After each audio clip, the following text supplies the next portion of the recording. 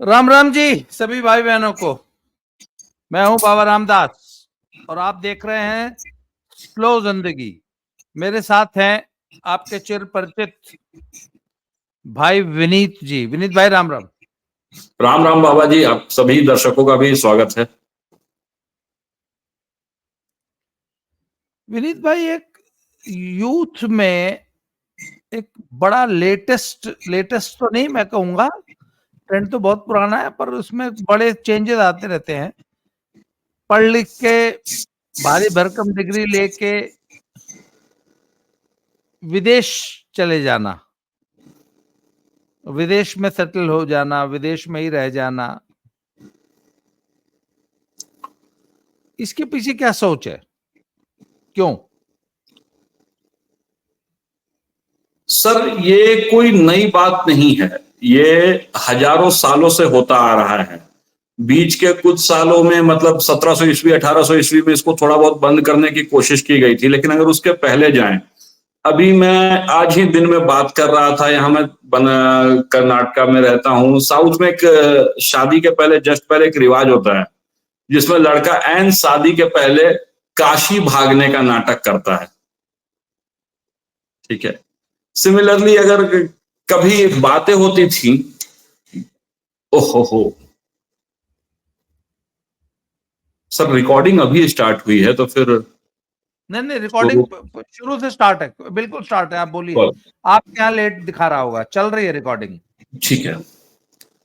तो मैं था वहां पर कि साउथ में एक रिवाज है कि लड़का काशी भाग जाता है शादी के एन पहले, उसको फिर घर वाले सुधार के आते हैं। तो वो काशी क्यों भागता था? वहां पंडिताई करने, वहां बड़ा सन्यासी बनने। उस समय काम क्या था? सन्यासी बनने का। उसी तरह से अगर बिहारी समाज की बात करें तो छठ का बड़ा गाना है, एक बड़ा प्रसिद्ध, आज का गाना नहीं, आज कम से कम 2000 साल पुराना गाना है कि पढ़ल पंडितवा दामाद छठ माँ से मांग रही हैं तो कि क्या चाहिए, तो दामाद ऐसा चाहिए जो बहुत पढ़ा लिखा हो। तो पढ़ा लिखा दामाद कहाँ मिलेगा जो राजधानी में रह रहा होगा, मेन टाउन में रह रहा होगा? तो ये प्रोसेस हमेशा से था कि आदमी बाहर जाएगा जहां तक जा सकता है। ये तो हो गई हमारे मतलब धार्मिक ग्रंथों के बाद। उसके पहले जो सामाजिक 2000 साल पुरानी, बीच के जो हमारे कुछ साल थे, मतलब ये कोई नया टॉपिक नहीं, ये आज से 1000 साल पुराना टॉपिक है कि लोग बाहर क्यों जाते हैं।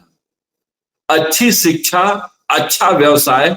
फाहियान आकर के यहाँ पढ़ाता था नालंदा में, क्यों पढ़ा रहा था? फाहियान था या इब्न बतूता, कौन पढ़ा रहा था, नाम मैं भूल रहा हूं, लेकिन आया था क्योंकि वो जितना नॉलेजेबल था उसको अब पढ़ाई के लिए काम कहाँ मिलेगा।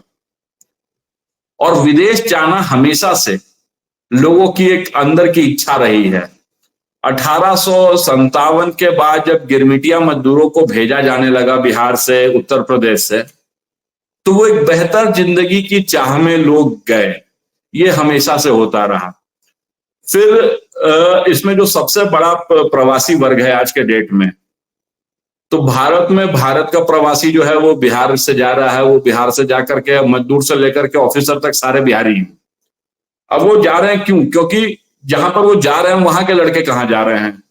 गुजरात, पंजाब, महाराष्ट्र, इनके लड़के कहाँ जाना चाहते हैं? दक्षिण भारत, तमिलनाडु के लड़के बड़े होते हैं और उनका पहले जीवन का लक्ष्य है कि हम लोग विदेश जाएं। विदेश कहाँ जाएं? तो अमेरिका जाएं। क्या करें? तो आईटी सेक्टर में काम करें। लोग बेहिसाब मतलब जो काम नहीं करना है उसके सहारे भी जाना चाहते हैं। एक ऐसी गरीबी का दौर देखा है इस देश ने कि उससे बचने का उपाय क्या दिखा? तो विदेश जाओ, वहां पर बहुत सारी सुविधाएं हैं। और ऑब्वियसली सुविधाएं हैं, इसमें भी कोई शक नहीं है कि विदेश में आपसे कहीं बेहतर सुविधाएं हैं। ठीक है, पैसे लगते हैं, जिंदगी हार्ड है, लेकिन अगर 7 दिन में 1 दिन में मौज है तो बिहार के एक ऐसे गांव में रहने से कहीं बेहतर था 90 के दशक में, जहां बिजली नहीं आती थी और जहां बनिया है तो आपको हो सकता है कि एक दिन यादव पीटेगा, एक दिन राजपूत पीटेगा, एक दिन भूमियार पीटेगा, एक दिन मियाँ पीटेगा। तो उससे कहीं बेहतर है कि मैं जाकर के सऊदी अरब में बकरी चढ़ाऊं। बहुत सारे सामाजिक कारण हैं, आर्थिक कारण हैं। आज बिहार के मुसलमान जो हैं वो आर्थिक रूप से बहुत से दृढ़ हैं। उसका कारण क्या है? सब के सब पहले सिवान करके एक जगह है हम लोगों के यहाँ, सिवान से छपरा से स्टार्ट हुआ, बाद में मोतिहारी वाले जाने लग गए, उनके साथ बेतिया वाले जाने लग गए, फिर उनके कुछ रिश्तेदार पटना में थे, वो जाने लग गए। धीरे धीरे मुजफ्फरपुर से होते हुए किशनगंज तक का हर मुसलमान जो है उसके परिवार में कोई ना कोई विदेश में जाके कमा रहा है और वो पैसे भेजता है। आज उनके फ्लैट्स दिल्ली में है, पटना में। वो कहीं बेहतर स्थिति में है, जिसको लोग बिहार में आज के डेट में, सबसे ज्यादा कौन जा रहा है, मैं बिहारी हूं, बिहार की बात करूंगा तो बिहार में सबसे ज्यादा जा रहे हैं मुसलमान। जिन मुसलमानों के लिए 90 के दशक तक बिहार में 2 ही शब्द थे, कोई मुसलमान नहीं कहता था। मुसलमान तो शब्द ही बहुत नया है। हम लोगों के यहाँ जो एक्चुअल शब्द था वो था जुल्हा। केकरा ही जाई थे तो जुल्हा ही है, या इससे भी खराब तरीके से मेंढी। बोलने में लोग बुरा मान जाएंगे, लेकिन मैं बुरा नहीं मानना चाहता हूं, मैं जो सच्चाई है उसकी बात करता हूं। आज उसकी इज्जत है, आज उसको लोग अंसारी साहब कह रहे हैं, नहीं तो उसको कोई जीने नहीं देता था। जो गरीब था मुसलमान, उसको लोग जीने नहीं देते थे। आज वो सऊदी अरब गया, सऊदी अरब में वो क्या करता है। और आज जो लोग कहते हैं ना कि मजदूरी कर रहे हैं, गोबर चराते हैं, भैंस चराते हैं, पखाना साफ करते हैं। सऊदी की एक बहुत बड़ी कंपनी है आरामको। आरामको लगभग हर इंडस्ट्री में है, पेट्रोलियम वगैरह से लेकर के हर इंडस्ट्री में है वो। अरामको में मेरे पहचान के कम से कम, मतलब मैंने शायद बताया हो भी हो कि मैंने एक मुस्लिम डोमिनेटेड बेल्ट में, डोमिनेटेड बेल्ट क्या 4000 लोगों का गांव था, 4000 लोगों के बीच में बस 3 हिंदू हम लोग रहते थे। उस गांव का कम से कम 500 युवा आरामको में काम करता है। और उस गांव में आप जाएंगे तो ऐसा लगेगा कि आप बिहार के किसी गांव में नहीं है, आप किसी पंजाब के शहर में हैं। ये बड़ी बड़ी कोठियां, वो बड़ी बड़ी कोठियां, और मजदूर से लेकर के ऑफिसर तक सब उसी गांव से है। बेतिया का गांव है छोटा सा।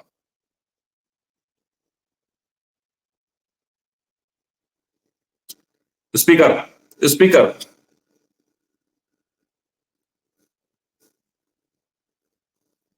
सर, उस जमाने में मनी ऑर्डर इकोनॉमी थी। मतलब विदेश जाता था आदमी, चाहे दिल्ली, बंबई, कलकत्ता जाता था, चाहे विदेश जाता था, और वहां से पैसा कमा के घर भेजता था। कोठी घर पे बनी। आप बता रहे हैं ना कि गांव में बड़े बड़े मकान में, लगता है कि पंजाब का कोई गांव है। बाल बच्चे यहीं रहते थे और साल 2 साल 3 साल 4 साल में वापस आता था, है ना सर। अब ट्रेंड पलट गया है। अब सब कुछ छोड़ के, यहाँ सब बेच बाच बिलवा के, माँ बाप को छोड़ के वहीं जाके वहीं का होके रह रहा है। भारत में अपनी संपत्ति बेच रहा है। पता लगा बिटवा मुंबई में, वहां अमेरिका में कमा रहा था, मां मर के कंकाल हो गई। पिछले 8 महीने से कंकाल घर पे पड़ा था बेटा, और मां इतनी वृद्धा थी। अब वो मुंबई वाला केस आपने सुना होगा। तो अंतर है ना सर दोनों में। कमा के भेजना पैसा, भाई आप दुबई कमाते हैं, सऊदिया कमाते हैं, पर घर अपना गांव में बना रहे हैं, परिवार आपका माता पिता गांव में, उसको देख। अब तो आपका गांव से नाता ही टूट गया, देश से नाता टूट गया। आप वहीं के निवासी हो गए, पीआर ले लिए विदेश में, जैसे सऊदी में तो नहीं मिलती पीआर। अब इसको सर फिर वही मैनी इंडियाज की बात करूंगा। पहली चीज तो जिस गांव की मैंने बात की, वो गांव में आज भी हस्बैंड बाहर भले कमा रहा है, उसकी वाइफ वहीं रह रही है। तो ये तो हो गया पहला इंडिया। दूसरा इंडिया जो है, जो कि आज भी अप डाउन कर रहा है, अपने रिश्तेदारों के साथ लगा हुआ है, अगर वाइफ रह भी रही है, वो हो गए मेरे जैसे लोग। ठीक है। और एक तीसरा इंडिया है जिसने पीआर ले लिया है, जिसको कोई मतलब नहीं रह गया है इंडिया से। वो मोदी जी की रैलियों में जाता है और भारत के लिए बड़ी बड़ी बातें करता है कि मोदी जी से बहुत अच्छा लग रहा है मुझे जब वो एनआरआई सबमिट करते हैं। लेकिन उसको अगर बोल दिया जाए कि इंडिया आओगे, तो उसका भूत प्रेत कांप जाता है। तो ये हो गई तीसरी इंडिया। इसके अलावा चौथी, पांचवी, छठवीं इंडिया भी होगी। तो मैंने जो पहली बात की तो पहले इंडिया की थी। जो आपने बात की, अब इसका एग्जाम्पल दे रहा हूं, कौन से लोग ऐसा पीआर ले रहे हैं। ये हम लोगों के यहाँ के बिहारी, यूपी नहीं है, एक आध माइन्यूट होंगे। इनमें सबसे बड़ी जनसंख्या है पंजाबियों की, फर्स्ट ऑफ ऑल, जो जाते हैं और पीआर लेना चाहते हैं।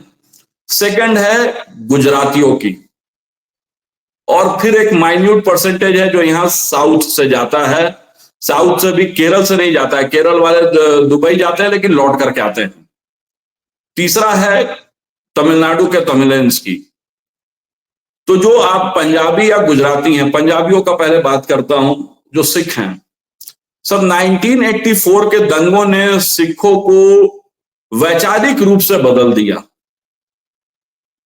बहुत कुछ उल्टा सीधा बोला जाता है, मेरा एक आदत है कि मैं हर चीज का ब्राइटर पॉइंट देखता हूं। सिखों ने कसम खाई कि एक बच्चा हमारे घर का विदेश रहेगा, और दूसरा अगर सड़क पे कोई एक सिख पिटता रहेगा तो बिना ये जाने कि वो कौन है, हमें साथ खड़ा रहना है। उन्होंने 84 के बाद दो चीजें बहुत जबरदस्त अपने अंदर लाई। उस 84 के बाद जो मुहिम स्टार्ट हुई कि हमें जाना है, तो जाना कहाँ है भैया? सबसे आसान विदेशी भाषा सीखना जो है वो है इंग्लिश। इंग्लिश कहाँ कहाँ काम कर जाती है? इंग्लैंड में, कनाडा में, यूएसए में और ऑस्ट्रेलिया में, कुछ हद तक न्यूजीलैंड में। इन 4 जगहों पर अब उनको काम मिला। काम मिलने के बाद रेगुलर आना जाना मुश्किल था। उन्होंने धीरे धीरे अपने पूरे परिवार को ही बुला लिया, घर ही छोड़ दिया। शुरुआत में भले 2-4 लोग गए, लेकिन अब धीरे धीरे पूरा परिवार ही वहीं बसा हुआ है। नई शादियां जो हुई उसमें बाकायदा, आप तो पंजाब में ही रहते थे, आप बाकायदा एनआरआई लड़के के लिए एनआरआई दुल्हन ही खोजी जा रही थी। तो वो एक प्रॉपर सेटअप था। जो गुजराती गए, उन्होंने होटल खोला अमेरिका में। अमेरिका में होटल खोल करके क्या किया कि हम वहां रहेंगे, और धीरे धीरे करके सर्वेंट्स के नाम पे, स्टाफ के नाम पे अपने बाकी पूरे परिवार को बुला लिया।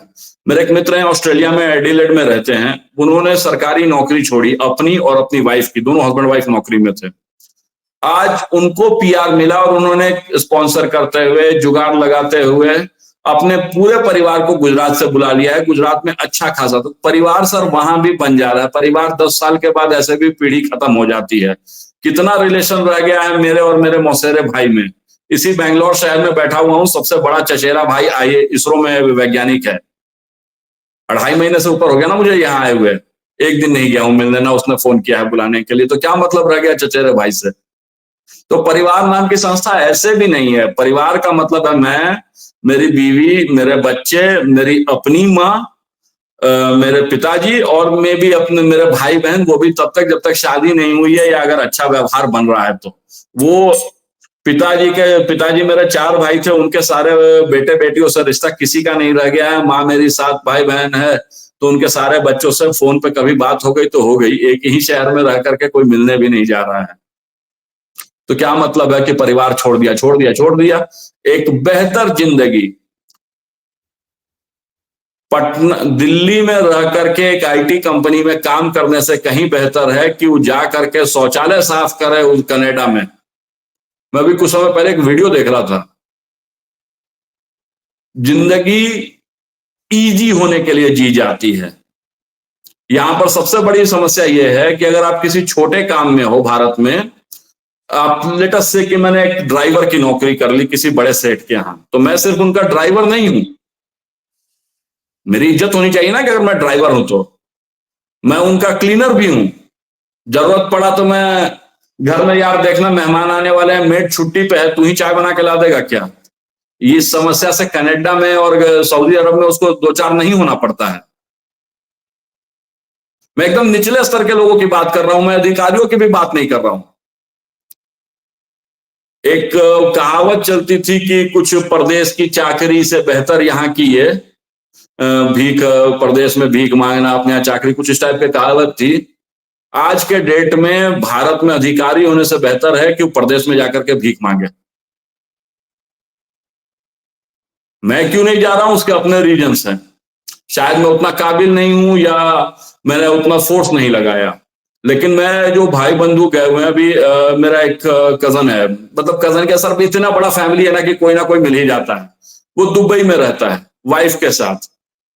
पहले वो दुबई में था, फिर वो दुबई से कहीं उधर रियाद वगैरह चला गया वाइफ के साथ। उसको रोज शराब पीने की आदत थी, रोज पीता है वो। बोलता है कि भाई नहीं, मैंने कहा कि वहां शराब कैसे पी रहा है? तो इस्लामिक कंट्री में जहां पर है, दुबई में तो शराब मिल जाती थी, जहां पर है वो सऊदी में, वहां शराब नहीं मिलती थी। कुछ ऐसा इशू था। बोला मैंने शराब छोड़ दी, लेकिन जो सुकून है ना मेरे सिर में आज के डेट में, वो मैंने बहुत सारे लोगों को बहुत तरह की कस्में दे करके देखा कि शराब छोड़ दो, वो नहीं छोड़ रहा। मैं खुद नहीं छोड़ रहा हूं, मैं दूसरे को क्या बोलूं। लेकिन उसने उस सुकून के लिए, सऊदी के सुकून के लिए भारत, दुबई या भारत को छोड़ दिया। बहुत बड़ा टेंशन है सर यहां रहना। आप कोई छोटे काम में हो, आपके यहां अभी कुक होगी लेटेस्ट से, मे बी आप जैसा जीवन जी रहे हैं हो सकता है कि आप अपना खाना खुद बनाते हो। विदेश में आप किसी कुक को नहीं बोल सकते हो कि बर्तन धो दे। लेकिन इंडिया में 100% लोग ये सोचते हैं कि मेरी जो कुक है वो बर्तन धो करके जाएगी। धोती नहीं है वो अलग बात है, बट अगर 2-4 बर्तन रह गए हो, मेन साफ करने वाली मेड नहीं आई हो, तो आप एक्सपेक्ट करोगे कि मेरे चाय का बर्तन वो धो दे, और नहीं धोने पे आप उससे गुस्सा होगे। कनाडा में आप इस चीज के लिए गुस्सा नहीं हो सकते हो, ऑस्ट्रेलिया में गुस्सा नहीं हो सकते हो, यूएसए में गुस्सा नहीं हो सकते हो। कनाडा में तो मेड मिलती ही नहीं है, कनाडा ऑस्ट्रेलिया में सिर्फ इंडिया में मिलती है और कहीं नहीं मिलती है। नहीं, इंडिया ऐसा में नहीं है भी सर। इंडिया में भी सिर्फ बड़े शहरों में मिलती है, गांव में कहीं मेड नहीं मिलती है। बड़ा मुश्किल हो मुझे तो गया है। ऐसा लगता है कि शहरों ग्रामीण में मिल क्षेत्रों में जाती जितना इजी है मेड मिलना, उतना है। नहीं कहीं नहीं, नहीं अब है। अब पुराने जमाने की बात कर रहे होंगे। आज की तारीख में गांव में अब बाई चांस कभी, वो पुराने जमाने बीत गए सर। अब गांव में घरेलू काम के लिए मेड खोज लेना इज एक्सट्रीमली डिफिकल्ट। मैं गांव की रिपोर्ट बता रहा हूं, शहरों में इजीली अवेलेबल है। मैं यहाँ जलंधर में इन दिनों में जलंधर में हूं। अगर आप सोसाइटी के गेट पे बोल दीजिए 1 घंटे में आपको मेड मिल जाएगी, और सिंपल पूरे घर की झाड़ू पोछा सफाई 1,000 रुपया। अगर खाना भी बेसिक सब्जी काटना और रसोई अपने किचन की हेल्प चाहिए तो 2,000 रुपया, और अगर साथ में खाना भी बनवाना है तो 3,000 रुपया। आप काम बढ़ाते जाइए, 1,000 रुपया बढ़ता जाता है। वॉशरूम भी साफ करवाने हैं तो 500 रुपया बढ़ जाएगा। खाना पूरा कुक कराना है तो मान लीजिए तो 3, मतलब 4,000 रुपए में आपका हर काम करने वाली मेड इजीली शहर में अवेलेबल है। मतलब 1 घंटे में अवेलेबल है। गांव में तो अरे पता नहीं बाप रे सर, बाप, मिल गया मेरा था। अनुभव अलग रहा इस मामले में। मुझे अभी भी ऐसा लगता है कि जैसे मैं जिन ग्रामीण क्षेत्रों में जाता हूँ, नहीं नहीं, वहाँ गांव में नहीं मिलती, गरीब लोगों के बड़ा यहाँ भी, कम से कम नॉर्दर्न बेल्ट्स में तो मैंने 10-15 जगह में अभी गया हाल फिलहाल में, मतलब पिछले 5-6 सालों में मुझे ऐसा लगा कि मीट्स बहुत इजीली अवेलेबल हैं। अब नहीं है। इनफैक्ट सिर्फ बिहार में ही नहीं। मैं बता रहा हूँ आपको, शहरों में मैं बता रहा हूँ ना, मेरा अपना पर्सनल अनुभव। गांव में हम लोग अरे बाप रे बाप, मैं था तो वो तो हमने देखा कि यार सबसे बड़ी लग्जरी जो इस वक्त शहरों में अवेलेबल है वो हाउस हेल्प है। खैर, मैं एक बात बताऊं आपको। आपने कहा कि लाइफ इजी है विदेश में, पर उस इजी लाइफ के लिए जो प्राइस पे करनी पड़ती है आपको, वो प्राइस बहुत ज्यादा महंगी पड़ती है। मैं अपने एक ऐसे व्यक्ति को जानता हूं जो लगभग 40 साल से यूरोप के एक देश में रहते हैं, 40 साल से। और पिछले 40 साल में कम से कम 3 बार उनकी पत्नी उनको जेल भेज चुकी हैं, 3 बार। और अभी लेटेस्ट किस्सा यह है कि उनको 5 साल के लिए फिर तड़ी पार कर दिया गया है, और पुलिस ने उनको स्ट्रिक्ट इंस्ट्रक्शन दी है कि आज के बाद अपने घर की तरफ चले मत जाना।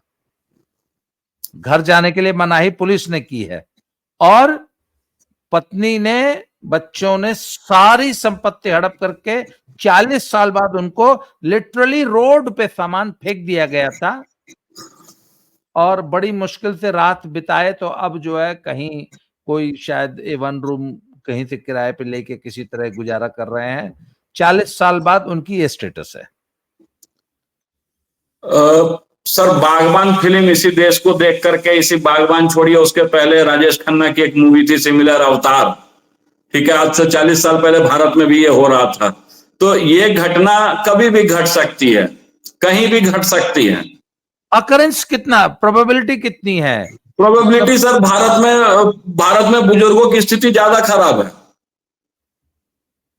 भारत कम से कम, विदेश में उसके पास सोशल सिक्योरिटी है, वो चला जाएगा अनाथ आश्रम, चला जाएगा वृद्धाश्रम। इंडिया में वृद्धाश्रम भी भेजने वाला कोई नहीं है। वृद्धाश्रम के नाम पे इंडिया में केवल एनजीओ पैसा ऐंठते हैं। अभी रिसेंटली किसी के फादर वृद्धाश्रम चले गए, गुस्सा होकर के उस वृद्धाश्रम को मारना पड़ गया, 2-4 लोगों को वहां पे पीटना पड़ गया मेरे दोस्तों को।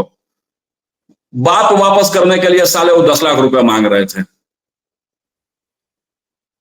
फिर उनको बिहारी स्टाइल में समझाना पड़ा। तो इंडिया में तो बुजुर्गों की हालत ज्यादा खराब है, वहां तो कम से कम सोशल सिक्योरिटी है। अगर पीआर ले लिया है आपने यूएसए में, तो यूएसए सरकार की जिम्मेवारी है कि आपको जिंदा रखे। भारत में किसकी जिम्मेवारी है कि जिंदा रखेगा?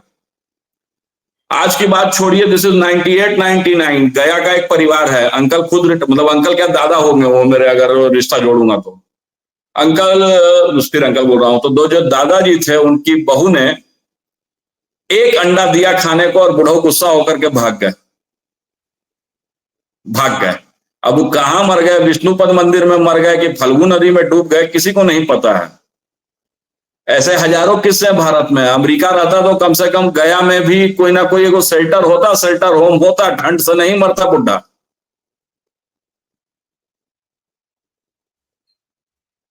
कम से कम वहां सरकार आपकी जिम्मेवारी लेती है। भारत में क्या जिम्मेवारी ले रही है गवर्नमेंट आपके लिए? नहीं, बुढ़ापा। यूएस में तो तमाम तमाम होमलेस लोग सड़कों पे किनारे पड़े रहते हैं, कौन सी सरकार जिम्मेवारी ले रही है? सर वहां जो होमलेस लोग सड़कों के किनारे पड़े रहते हैं, उसका रीजन बता दे रहा हूं। ज्यादातर लोग ड्रगिस्ट हैं और कुछ खास नियम आपको पालन करने होते हैं वहां पे भी रहने के, वो लोग नहीं रहना चाहते हैं वहां पे, तभी रहते हैं। अदरवाइज अगर वो शहर के एरिया में है, इस तरह के एरिया में है, तो गवर्नमेंट शेल्टर देती रहती है। कुछ नहीं करोगे तो खुद के लिए बहुत सारी चीजें हैं। इंडिया में शहरों में अनाथ आश्रम और वृद्धाश्रम कितने शहरों में जो हैं जो जेन्युइन है। सहारनपुर में क्या वो वृद्धाश्रम है?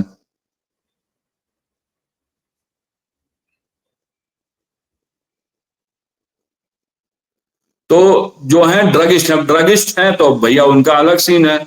कुछ लोग अपने शौक से, हिप्पी कल्चर जो 1970s में आया था, उसके चलते आज भी बाहर है। मैं अभी किसी से बात कर रहा था, तो उन्होंने अपने एक मतलब मैनेजर लेवल के आदमी की, मतलब मैं जिससे बात कर रहा था वो मेरे से 10 स्टेप ऊपर है, और वो जिसके बारे में बता रहा था वो उससे अमेरिका में 10 स्टेप ऊपर है। बोला वो फलाने को जानते हो? वो नाम सुना था मैंने। बोला हाँ सर सुना है नाम उनका, आप ही के मुंह से सुना है। बोले वो 3 साल तक ना सड़कों पे बिताया है, और वो क्या करता था कि सेब खाता था केवल, और नहीं तो उसके पास एक गन थी, उस गन से वो शिकार करके उसको भूंज भांज के खा लेता था। वो शौकिया है या ड्रग ले रहा है? मजबूरी बस जो लोग भी पड़े हुए हैं उनके पास ऑप्शन है। गवर्नमेंट के एंड से 4 अंकों का सोशल सिक्योरिटी नंबर आता है, 4 अंकों का नहीं 10 अंकों का रहता है, आखिरी 4 नंबर ही मैटर करते हैं। अगर उन्होंने थोड़े बहुत भी पैसे दिए हैं अपने जवानी के दिन में कमा करके, तो उनके पास सोशल सिक्योरिटी है, सरकार उनका खर्चा उठाती है। आप और मैं दोनों कोई एक बड़ा अच्छा शो देखा करते थे, कॉट इन प्रोविडेंस, जज कैप्रियो वाला, शायद आपको याद हो। ठीक है, जज कैप्रियो के पास कितने लोग आते थे जो बुढ़ापे में थे और बताते थे कि मैं प्रोविडेंट के ऊपर जिंदा हूं, मैं सोशल सिक्योरिटी के सहारे जिंदा हूं। बहुत कुछ है सर देश में। यहां जीना इंडिया में बहुत मुश्किल है। और जो कहते थे ना कि हमारा कल्चर था, हमारा कल्चर मर चुका है। हमारे यहाँ कोई इज्जत नहीं है बुजुर्गों की। जिन बुजुर्गों के पास बुढ़ापे में पेंशन नहीं है, प्रॉपर्टी नहीं है, वो नरक से ज्यादा गंदा भोग रहे हैं। बढ़िया परिवारों की मैं बात कर रहा हूं, और अभी तो कम भोग रहे हैं। मेरी पिछली पीढ़ी में ना, अब जैसे मेरी दादी थी तो उसके पास कम से कम 4 बेटे थे। एक वो गरियाएगा ना तो 3 को पालेगा इज्जत से। मेरी माँ की पीढ़ी में जो है ना, उनके पास 1 बेटे हैं और वो भी नालायक। तो जिंदगी इंडिया में कहीं ज्यादा मुश्किल है। लोग क्यों जा रहे हैं उसका थोड़ा सा इसको ना, जो वापस टॉपिक पे आता हूं, मैं बुजुर्गों पे चला गया था। उनके जाने का रीजन है सर, पहली चीज जो बड़ी नौकरियों में जा रहे हैं। हर किसी के जीवन की इच्छा होती है कि मैं बेहतर करूं, मैं कितना बेहतर कर सकता हूं। सेम जॉब के लिए इंडिया में जिस काम के लिए 1 लाख रुपया महीना मिलेगा, उसी काम के लिए अमेरिका में 30 लाख रुपया महीना मिल रहा है। नो डाउट कि लाइफ स्टाइल ज्यादा है, लेकिन फिर भी 30 लाख के बराबर पैसे, 30 लाख कहीं भी बेहतर रकम है अमेरिका के सुविधाओं में रहना। आज ही मैं बात कर रहा था, आप ही के चैनल के माध्यम से किन्हीं ने मेरा नंबर लिया और वो अक्सर मुझे कॉल करते हैं, यादव जी हैं वहां गाजीपुर जिले के, वो कुछ बातचीत कर रहे थे मेरे से, आपसे शायद नंबर लिया था। बोले कि मैं अब बनारस नहीं जाना चाहता हूं। जिस आदमी का जीवन बनारस में बीता, वो हैदराबाद छोड़ के बनारस नहीं जाना चाहता। मैं पटना में रहता हूं, मेरा सर्कल है अभी, थोड़ा बहुत सर्कल मेरा बचा हुआ है। जिस दिन मेरे 4 दोस्तों की शादी हो जाएगी मैं खुद नहीं जाऊंगा। काटने को दौड़ेगा वो 4 दोस्त जिस दिन चले जाएंगे शादी करके अपनी अपनी बीवियों के पल्लू में। एक तो साला इंडिया का टेम्परेचर लोगों से बर्दाश्त नहीं होता है। यहाँ 10 महीने गर्मी पड़ती है और 2 महीने ऐसी ठंड पड़ती है कि मरते रहो। कितने घरों में आज भी एसी आ गया है घरों में, चलाने की हैसियत अब भी इंडिया में ढंग से सबकी नहीं हुई है। जो 2 लाख रुपया महीना नहीं कमा रहा है वो 3 गो एसी अफोर्ड नहीं कर सकता है इंडिया में आज भी। अमेरिका में कौन सा घर है जिसमें थर्मोस्टेट नहीं लगा हुआ है? कनाडा में कौन सा घर है जिसमें थर्मोस्टेट नहीं लगा हुआ है? इसके अलावा बहुत सारे लोग जो स्वच्छंदता की आप बात करते हैं, ऑब्वियसली इंडिया में रोक टोक है, वो रोक टोक नहीं है। अब किसी को अगर पोर्क खाना है, मैं पोर्क खाऊं, अगर मैं बीफ की भी बात नहीं कर रहा हूं, लोग बुरा मान जाते हैं भारत में बहुत जल्दी। पोर्क ही खाना है, पोर्क तो एकदम हिंदू धर्म का सबसे पसंदीदा चीज है, उसको खाना चाहिए लोगों को। अब अगर मैं कह दूं कि पोर्क खाना है, मैं खा भी नहीं रहा हूं, मैं सिर्फ इतना बोल रहा हूं, 15 कमेंट आएंगे जो मुझे गालियां देंगे कि साला देखो खुद को सनातनी बताता है और पोर्क खाने की बात कर रहा है। कोई ये सवाल मेरे से इंग्लैंड में पूछेगा क्या कि why are you eating pork? Indian भी होगा तो पूछेगा क्या? इसके अलावा जो जा रहे हैं, 2 तरह के लोग हैं, या तो एकदम मजदूरी करने जा रहे हैं, या फिर जो जा रहे हैं अच्छी नौकरियों में जा रहे हैं। जो अच्छी नौकरियों में जा रहे हैं उनको इतने पैसे मिल रहे हैं, मतलब कंपैरेटिवली, कि उनको इंडिया में इतने पैसे नहीं मिलेंगे। 1 नंबर बात। जो मजदूरी करने जा रहे हैं उनको भी इंडिया में इतने पैसे नहीं मिलेंगे, और वो परिवार लेकर के नहीं जा रहे हैं। वो जा रहे हैं 4 साल वहां रहते हैं, 10 साल वहां रहते हैं, वहां से कमा करके भेजते हैं, यहाँ पर कोठी बंगला खड़ा करते हैं, उसके बाद आकर के को हार्डवेयर का, चाहे टाइल्स का, चाहे आपको स्टील रेलिंग का दुकान खोलते हैं, और फिर उनके दुकानों में, उनके मकानों में सप्लाई करते हैं, जो उसी की तरह आज के डेट में वापस जा रहे हैं। भारत में श्रम का मूल्य नहीं है, भारत में श्रम का इज्जत भी नहीं है।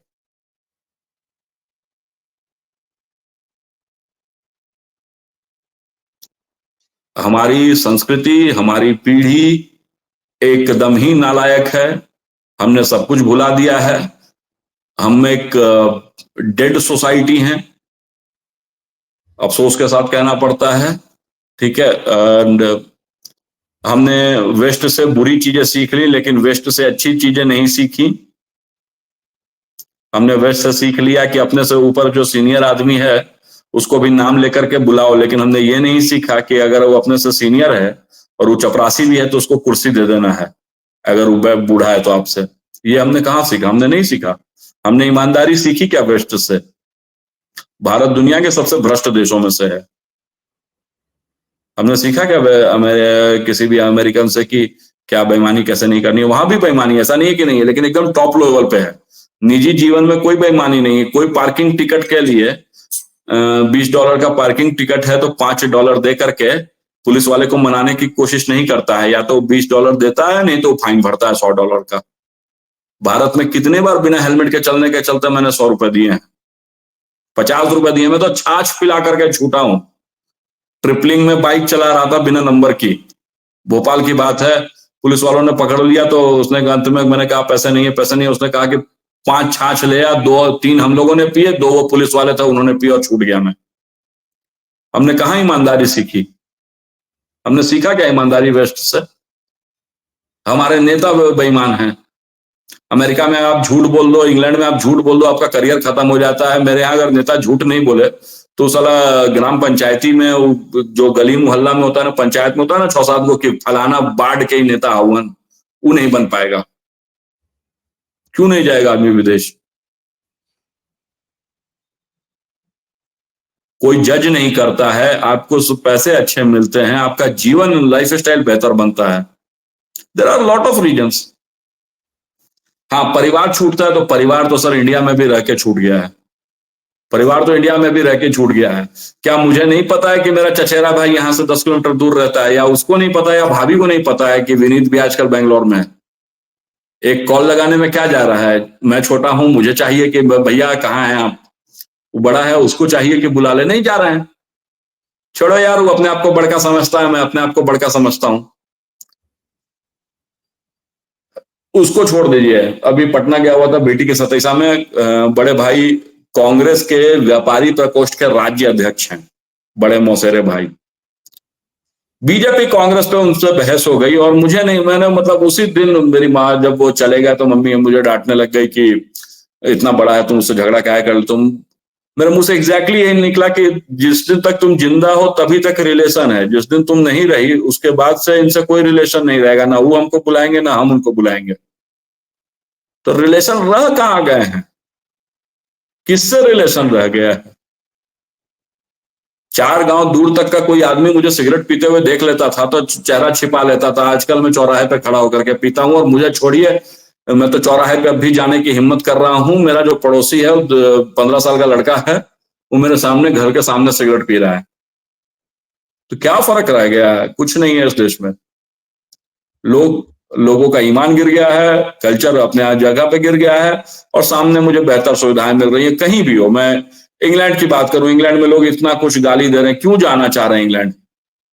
हर तरह से बेहतर है, पैसे ज्यादा हैं, इज्जत है, और सबसे बड़ी बात कि अगर मुझे इसलिए बुलाया गया है कि मैं कपड़े धोऊंगा, तो कपड़े ला करके देने तक की जिम्मेवारी मालिक की है, मेरी जिम्मेदारी सिर्फ धोने की। इंडिया में लोग नौकर को स्टाफ नहीं समझते हैं।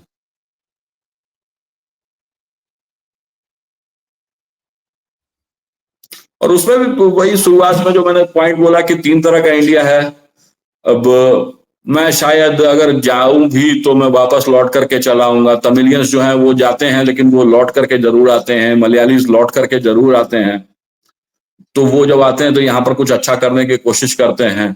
बिहारी लौट कर, जो लोग नहीं आते हैं, जो पीआर ले लेते हैं, वो दूसरी जनरेशन तक तो हिंदुस्तानी और हिंदू रहते हैं।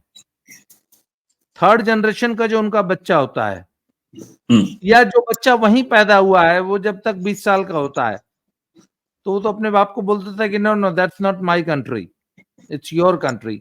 जब बाप को भारत की याद आती है तो बेटा कह देता है कि no, I am British, that's your country. वो तब वो और वहां पे 14 साल की लड़की अपने बॉयफ्रेंड को अपने बेडरूम में रात को सुलाती है, दादा और बाप उड़ते रहते हैं। सब वो उसका दादा और बाप में भारत का संस्कार अभी भी बाकी है, और वो अपनी 14 साल की नतनी को 2-2 बॉयफ्रेंड्स के साथ अपने बेडरूम में सोता हुआ और अंग्रेलियां मनाते हुए नहीं बर्दाश्त कर पाते।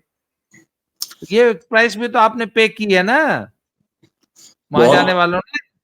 तो आप जब गए थे, 2 चीजें इसका दूंगा। पहला तो जो हिंदी में कहावत है, जैसा देश वैसा भेष, ठीक है, जब वहां गए। दूसरा एक इस्लामिक हदीस है जो कहती है कि land, law of the land आपको मानना ही पड़ेगा, क्योंकि इस्लाम एक बहुत ही परिष्कृत धर्म है जो काफी लेट आया बाकी धर्मों के मुकाबले। तो बहुत सारी चीजें उसमें ज्यादा बेहतर तरीके से डिफाइंड है। तो लॉ ऑफ द लैंड जो है, अगर यही कह रहा है कि लड़की 14 साल की उम्र में सेक्स कर सकती है, तो आपको मानना पड़ेगा। वो आप इंडिया में भी मान रहे हो, अमिताभ बच्चन मान रहे हैं, शाहरुख खान मान रहा है, सचिन तेंदुलकर मान रहे हैं, बड़े लोग मानने लग गए हैं, आप तक भी आएगा। इंतजार किस बात का? इंतजार ही है बस, और कुछ नहीं। टेंशन नहीं है किसी बात का, ये आएगा और आ चुका है।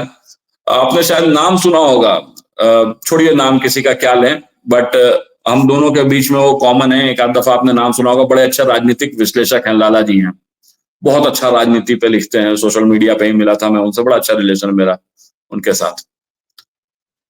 उनकी जीजा जी की बेटी, मतलब जीजा जी की बहन की बेटियां, जो आपने कहा कि 14 साल की उम्र में 2-2 बॉयफ्रेंड बुला के रख रही हैं, तो बाकायदा उन्होंने अपनी बच्चियों को से पकड़ा, तकलीफ में आए, लेकिन फिर मानना पड़ा क्योंकि यही तक है। और ये रांची की घटना है, ये विदेश की भी घटना नहीं है, रांची की घटना है। दिल्ली में पंजाबी आंटीज हैं, उनके यहाँ लोग जाते रहते हैं। दूसरे को क्या बोलूं, मैं खुद, मैंने पहले भी बताया था वो किस्सा, ठीक है, कि मेरी एक हाई सोसाइटी में रह रहा हूं मैं, तो मेरी एक मुस्लिम फ्रेंड हुआ करती थी, मैं उसके घर पे जाता था। भोपाल की बात है ये। तो धीरे धीरे तो आ ही चुका है। अब जिस सोसाइटी में है, अभी गरीब तक के यहाँ पहुंचने में टाइम लगता है ना। गरीब के यहाँ बिजली पहुंचने में 75 साल लग गया, तो कल्चर पहुंचने में तो तुम थोड़ा टाइम और लगेगा ना। भगवान के दया से ग्लोबलाइजेशन बहुत तेज हो रहा है, तो पहुंच जाएगा। जो अमेरिका में हो रहा है वो इंडिया में नहीं हो रहा है। इस चीज से थोड़ा कम हो रहा है और सुनने में कम आ रहा है। हो तो सब रहा है यहाँ। किसी भी छोटे शहर के आप ओयो में चले जाइए और उसके बाद रिजल्ट देखिए कि किस उम्र की बच्चियां आ रही हैं। पटना में मरीन ड्राइव बना हुआ है, किस उम्र की बच्चियां हैं। यहाँ बेंगलोर में एमजी रोड में पब्स खुले हुए हैं, किस उम्र की बच्चियां हैं। आ रही हैं ना। नोएडा में सेक्टर 31 के पास में ढेर सारे पब हैं। सेक्टर 31 है वो, क्या है, 37 है। सब जा रही हैं कैफेज में, किस उम्र की बच्चियां बैठी हुई। तो सर चीजें चल रही हैं, माँ बाप को पता है। जो अमेरिका में हो रहा है, इंग्लैंड में हो रहा है, वो अपने यहाँ भी हो ही रहा है। हम लोग कोई अछूते नहीं है। भगवान के दया से सोशल मीडिया इतना तेज फैला इंडिया में कि हर कोई लगा हुआ है। अभी एक बड़ा मजेदार किस्सा बताता हूं। एक बिहारी लड़के ने टिंडर पे अपनी प्रोफाइल बनाई। उस लड़के की उम्र 18 या 21 से कम है, मतलब वो नाबालिग है। अभी 18 से कम है कि 21 से कम है, मैं भूल रहा हूं। जो उसको पहली डेट मिली, उसकी सगी मां मिली। उनकी उम्र 40 होगी, 45 होगी। 18-20 के लड़के की मां। तो यहाँ पर 17 वाला भी पड़ा हुआ है और 70 वाला भी पड़ा हुआ है। सब यही कर रहे हैं। मैं आप पिछड़े हो सकते हैं, मैं तो फिर भी पिछड़ा नहीं हूं। मैं पता नहीं कौन से नक्षत्र का था कि दुनिया के सारे कुकर्म मेरे हिस्से में ही आए। लेकिन आप हो सकता है नहीं जान रहे हैं या जान करके अनजान बने हुए हैं, बट हो तो सब रहा है सर। इंडिया में ही हो रहा है। अभी बड़ा अफसोस के साथ बताना पड़ रहा है, किसी के चैट्स मेरे पास आए। किन्हीं को मैं जानता हूं, उनके चैट्स मेरे पास आए। बड़ा धार्मिक उनका व्यक्तित्व माना जाता है, अच्छा लिखते हैं। वो किसी दूसरे शहर में गए थे, वहां की एक महिला जो सोशल मीडिया पे बहुत प्रसिद्ध है, उनसे मिले। अब जो चैट्स है मेरे पास, उसके हिसाब से उन दोनों के बीच में संबंध तो चलो उन दोनों के बीच बना, समझ में आता है। इस बीच में उनकी नाबालिग बेटी भी आई, मतलब जो औरत थी दूसरे शहर में, उसकी बेटी भी उस संबंध में आई। थ्रीसम हुआ। ये लीक चैट मेरे पास आए, मेरे सोर्सेस के माध्यम से। तो इंडिया में भी हो रहा, माँ बेटी एक साथ एक पुरुष के साथ कर रही हैं। और पुरुष भी जो हैं वो लीगली अलग जगह मैरिड हैं। Legally he is married.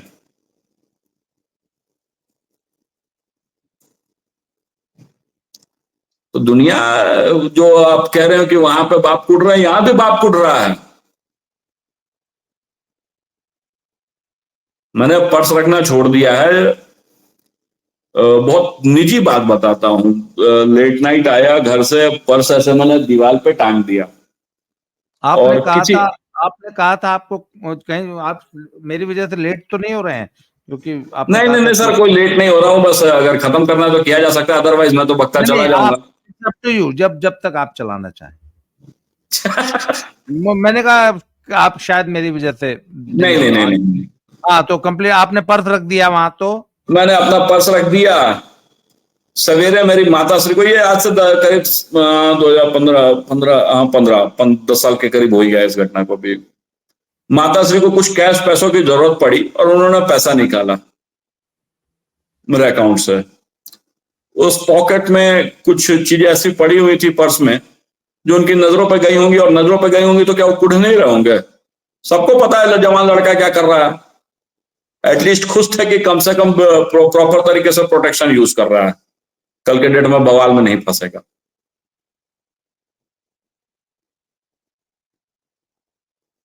और ये सिर्फ मेरी घटना नहीं है, मैं अपनी घटना बता रहा हूं, हजारों घर है। दुनिया उसी लेवल पे चली गई है सर, जिसपे इंग्लैंड है, जिसपे अमेरिका है, हम लोग कोई पीछे नहीं रह गए। इन सारी चीजों में हमने बहुत तरक्की की है, भले बाकी चीजों में तरक्की नहीं की हो।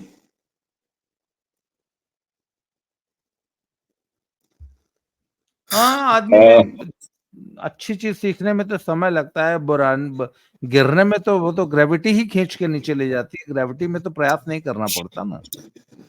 याद होगा कुछ समय पहले मैंने 3F करके एक ऐप की बात की थी, जो बेसिकली कोल्ड कपल्स या स्विंगर कपल्स के लिए या वाइफ स्वैपिंग के लिए है। तो इंडिया में आ चुका है ना सर, हो रहा है ना। कितना कुढ़ लेगा कोई, क्या करेगा। जो अमेरिका में है अपने यहाँ भी है, कम से कम वहां पे लाइफ स्टाइल बेटर है।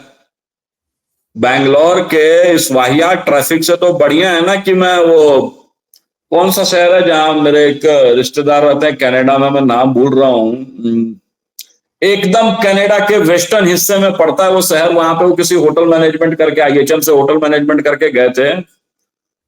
कैलगरी, कैलगरी सर, वहां सालों भर बर्फ पड़ी रहती है।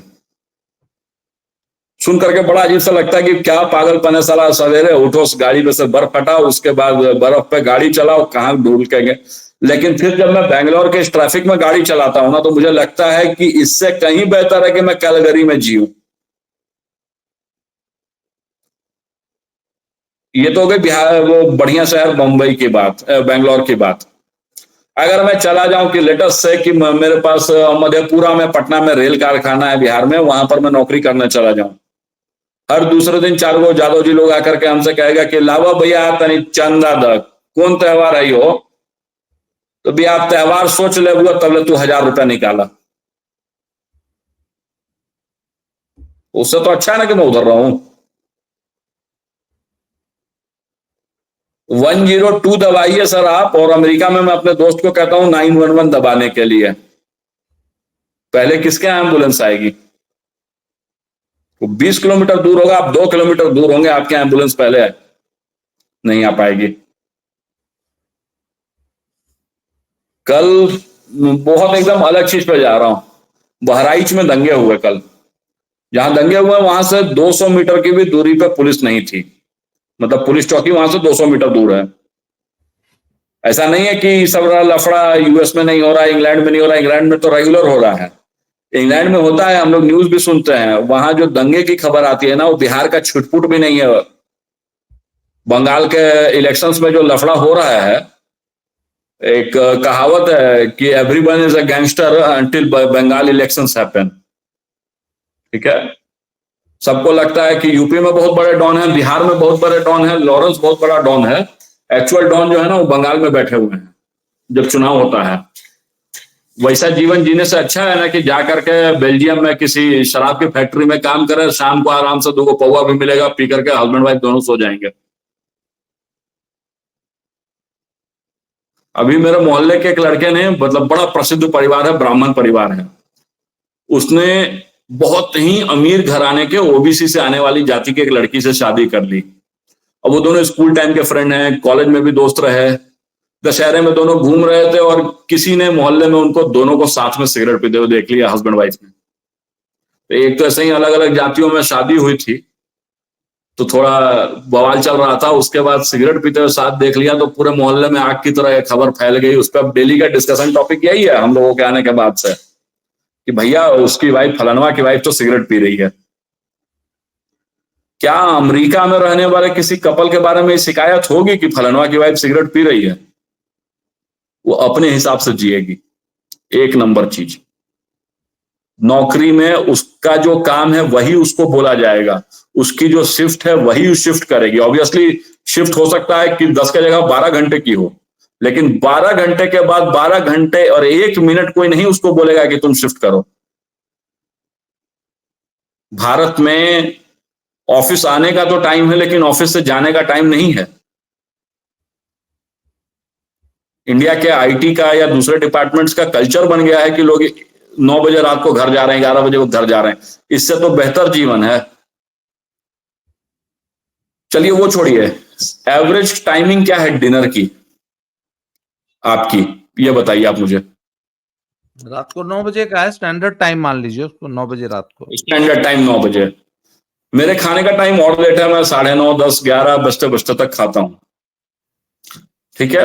यूएस, इंग्लैंड, इनका स्टैंडर्ड टाइमिंग इंग्लैंड का तो थोड़ा ज्यादा है क्योंकि उनके यहाँ धूप ज्यादा रहती है। आप स्टैंडर्ड टाइमिंग देखेंगे तो 7 से 7:30 तक वहां का डिनर हो जाता है। क्यों? क्योंकि जीवन का सारा काम मिट चुका है, खत्म हो चुका है। जो फैमिली डिनर है यूएस में वो 7:30 तक है। हमसे 2 घंटे पहले वो फ्री हो जाते हैं जीवन में, एक बेहतर नींद ले रहे हैं, एक बेहतर जीवन जी रहे हैं। लोग कहते हैं ना चले जाओ, क्यों नहीं जाए आदमी? छोड़ दीजिए सारी चीजें। पॉल्यूशन देख लीजिए, पटना का AQI किसी भी दिन 350 से कम नहीं रहता है। जहां ना साला फैक्ट्री है ना कुछ है, केवल कंस्ट्रक्शन वर्क के चलते वहां का AQI 350 है। दिल्ली का AQI, मैंने उस समय एयर प्यूरिफायर नया नया चीज आया था, एक चाइनीज कंपनी ने मुझे गिफ्ट किया था। उस पर 3 डिजिट तक जाने का ऑप्शन था, वो 999 चला गया था। आई थिंक दिस इज 2029 दिसंबर। 999 था, उसके ऊपर वो चला गया था। वो उसने लेना बंद कर दिया, उसने बताना बंद कर दिया प्यूरिफायर ने कि एक्चुअल AQI है क्या। आज 400-500 तो एवरेज है वहां। अभी ठंड आएगी, जब ये पराली वराली का केस आएगा तो 600 AQI। क्यों नहीं जाएंगे? पैसे बेहतर है, जीवन स्तर बेहतर है, कपड़े बेहतर हैं, समाज में कोई टेंशन देने वाला नहीं है, और हर तरह के लोग हैं। PR लेने वाले भी लोग हैं, वापस लौटने वाले लोग भी हैं, अप डाउन करते रहने वाले भी लोग हैं। ऐसा नहीं है कि सब जाकर के PR लेकर के वहीं पर बस गए हैं। बहुत सारे ऐसे लोग हैं जिनको PR मिल गया है लेकिन वो आज भी आ रहे हैं। अभी जिनके बारे में बता रहा था कि जो कैलगरी आने में वाले है। आ क्यों रहे हैं? आने वाले क्यों आ रहे हैं? वो तो सबसे बड़े पागल कहलाएंगे। जिनका सर, दुनिया में सब कुछ ना फिजिकल नहीं है, कुछ चीजें जो है ना इमोशनल अटैचमेंट है। जैसे बिहारियों को, उनको छठ में घर जाना ही जाना है। मैं ही हूं, आज ही टिकट देख रहा हूं। आज बैंगलोर की टिकट जिन डेट्स में मैं देख रहा हूं 15,000 से कम नहीं है। अप डाउन का मिला करके टिकट मुझे करीब करीब 30,000 रुपए पड़ जाना है, लेकिन मेरा इमोशनल अटैचमेंट है। 30,000 रुपए मायने रखते हैं, ठीक है, लेकिन 30,000 रुपए मैं खर्च करूंगा। वैसे अभी जिसके बारे में बोल रहा था कैलगरी से, उसको अचानक पता चला उसका एक और भाई यहाँ रहता है, पिताजी जीवित हैं, पटना में ही रहते हैं। उसको पता चला कि माँ की डेथ हो गई। उसने बाकायदा वहां से फोन किया कि तुम लोग बॉडी नहीं जलाओगे जब तक मैं नहीं पहुंचूंगा। उसने तुरंत वहां से फ्लाइट ली, कैलगरी से डायरेक्ट इंडिया फ्लाइट शायद दिल्ली की है तो कैलगरी, या फिर कैलगरी से टोरंटो गया, टोरंटो से दिल्ली आया, दिल्ली से पटना आया। करीब करीब 26-28 घंटे या 30 घंटे उसको लगे। तो वो उसका इमोशनल अटैचमेंट है। जब इस स्थिति में अगर कोई प्रैक्टिकल आदमी रहता तो कह देता कि यार पापा हैं, छोटा वाला भाई है, तुम लोग कर लो, मैं 2-4 दिन में पहुंच जाऊंगा, मैं 10वें के दिन पहुंच जाऊंगा। मैं दोनों को गलत नहीं बोलूंगा, वो उसका इमोशनल अटैचमेंट अपनी माँ से था इतना कि वो आ गया। जो नहीं आया वो भी गलत नहीं है, क्योंकि आने में, इमीडिएट आने में मुझे लगता है कि कुछ नहीं तो उसने 3-4 लाख तो जरूरी खर्च किया। और 3-4 लाख भी कम ही बोल रहा हूँ। हस्बैंड वाइफ 2 बच्चे आए थे, मैं भी 10-15 लाख खर्च किया हूँ केवल आने आने में। तो सबका जीवन है सर, सब अपने तरह से सोच रहे हैं। ये कह देना कि क्यों जा रहे हैं, बेहतर जीवन की चाह में जा रहे हैं। और आज से नहीं जा रहे हैं सर, लोग हजारों साल से जा रहे हैं। मैं जिस जाति से आता हूं, कायस्थ, बहुत सारे लोग पूछते हैं कायस्थ है क्या। मूलतः गुजरात में एक जाति होती है जिसको नागर ब्राह्मण कहते हैं। नागर ब्राह्मणों ने ईस्ट मूवमेंट किया और बंगाल में राजा था Devavarman. This is before Mauryan empire and Gupta है, सॉरी, नंदा एम्पायर। देववर्मन के यहाँ उनको प्रश्रय मिला, और चूंकि वो ब्राह्मण का काम नहीं कर सकते थे तो उन्होंने लिखा पढ़ी का काम स्टार्ट किया, तो उनको कायस्थ कहने लग गए। तो किसी जमाने में गुजरात के नागर ब्राह्मण जाकर के बंगाल में बस गए। बाद में ये मगध सम्राट क्या आए, मगध सम्राट से लोग फिर नीचे साउथ की तरफ मूव करना चालू किए। जो MP और महाराष्ट्र में रुक गए वो लोग ठाकरे वगैरह या कायस्थ चंद्रसेनिया प्रभु कहलाए। क्यों? क्योंकि बेहतर नौकरी की चाह थी वहां। मगध में दिक्कत थी, नंदवंश मार करके भगाने पे आतुर हो गया था। वहां से कुछ लोग श्रावस्ती वगैरह होते हुए कश्मीर चले गए, तो वहां पे ललितादित्य मुक्तपीठ जो है वो राजा बन गया। कुछ लोग और नीचे आ गए। साउथ में एक बहुत फेमस फिल्म है रानी रुद्रमा देवी, उसमें उसके खिलाफ जो खड़ा रहता है राजा अंबादेव, वो कायस्थ था, बिहार से आकर के यहाँ पर बैठा हुआ था उसका परिवार। तो बेहतर की चाह में मूवमेंट हमेशा रहा है। अगर आज से 60,000 साल पहले कुछ लोग, 1,60,000 साल पहले अगर कुछ लोग इथोपिया से निकल करके सऊदी अरब होते हुए यूरोप और एशिया नहीं गए होते तो ये मनुष्य जाति नहीं आती।